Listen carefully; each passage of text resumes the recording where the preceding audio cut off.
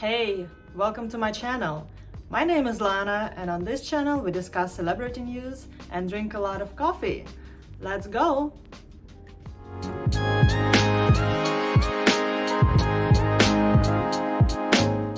So, I read a recent interview of Taylor Swift where she says she directed her new music video / short movie, and it took for her 10 years to visualize whatever happened in that short movie. Let me read for you what she says. Blah blah blah.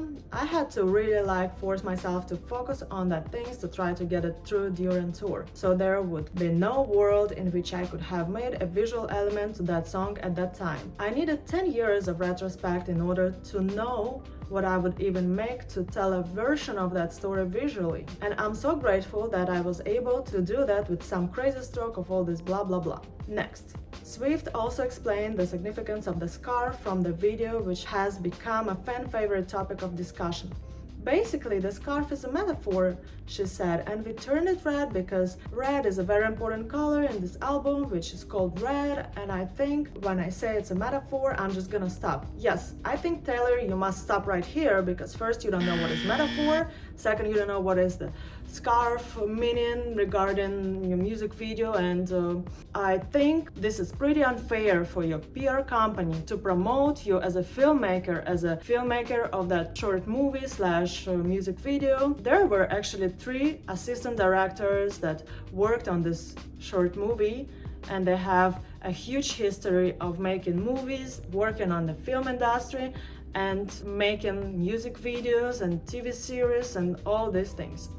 So I just think her PR company fools us, and they want to continue use her celebrity status on the media and attract audience to her projects. But as a filmmaker, she is nobody, and she doesn't even know what metaphor is. Alright, if she knows what metaphor is, so what is the metaphor behind this red scarf? And it's a pretty tough topic for me. I just don't believe whatever her PR company is going to do with her public image and whatever they're trying to do. They're just trying to fool us because they actually know that her music career isn't going well, and her whatever audience she performed for, this audience is already grew up, and the hits, whatever hits she had, there are no longer hits in that mentality of the audience that she performed for.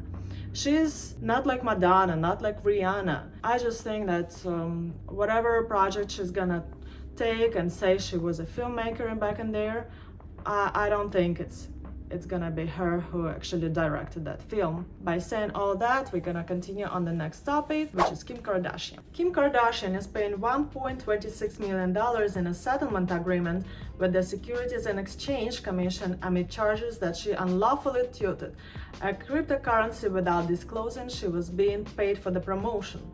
I think it's pretty fair deal, because by doing this, a celebrity must announce that she is paid for this, and that she is not involved in this just because she likes the company, or just because she wants to do good things for you, for her audience. And just by looking at Kim Kardashian, would you ever trust her that she knows how to invest money, that she knows how to use cryptocurrencies?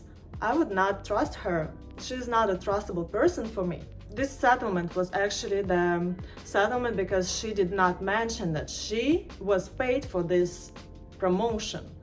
And I would like to point that so many newspaper articles do not point that this article was as a paid article regarding this and that. And why we don't have this kind of law? Why these articles continue to build up a person's image within the media, and later people rely on this image by building up their thoughts and building up image of that person.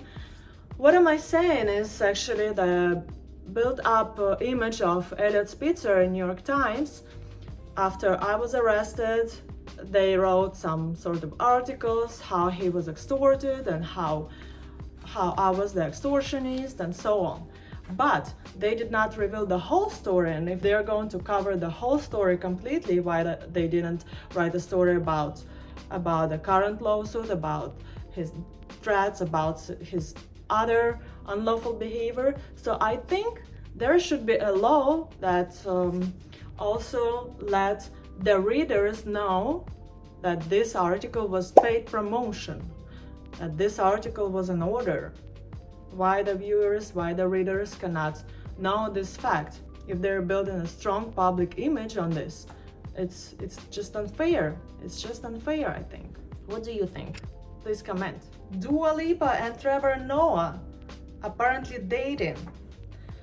Some newspaper even pictured them together at a restaurant and hugging later on the street in New York City and blah blah blah. To me, this is an absolute lie. I don't think they're actually dating. I think this is just a promotion of these two absolutely boring individuals, and they're absolutely boring just by themselves, and they're boring together. And by saying all of that, I don't think this is something interesting. Personally, when I was starting my relationships with my husband, I like to hug him, I like to sit right next to him in the cafe, I like to be right next to him. But Dua Lipa sitting right in one angle and he's sitting in front and this guy Trevor Noah. When you just start relationships, you try to kind of be as close as you possibly can, but this couple just seems like they're having a absolutely boring dinner, and they were sad that they need a picture with a hug and a picture with a kiss in the end and blah blah blah, just to attract public and audience and possibly to attract some more attention. And I think this is just a setup. I mean, when an elder woman meets a younger guy, is this at least a relationship? What is this? I don't believe in the relationships between somebody who is much older and like 15 years older, 20 years older, and so on. I don't believe that these relationships even can be called relationships. No. Please let me know if you had an experience with some elder person or you were the elder person in the relationships. Dua Lipa, she has this thing for younger guys. The previously boyfriend she had was some Gigi Hadid's brother, and it didn't work out. And I think when you're 50-something years old as Dua Lipa, but these relationships are not gonna work. Plus, he is not gonna be attracted to you, Dua Lipa. If you want to know my opinion, you are not the girl who's gonna be dating Trevor Noah for a long period of time. Alright, thanks for watching me today at Lana Celebrity News. I hope you liked. Please subscribe to my channel and see you tomorrow as we are here daily. Thank you.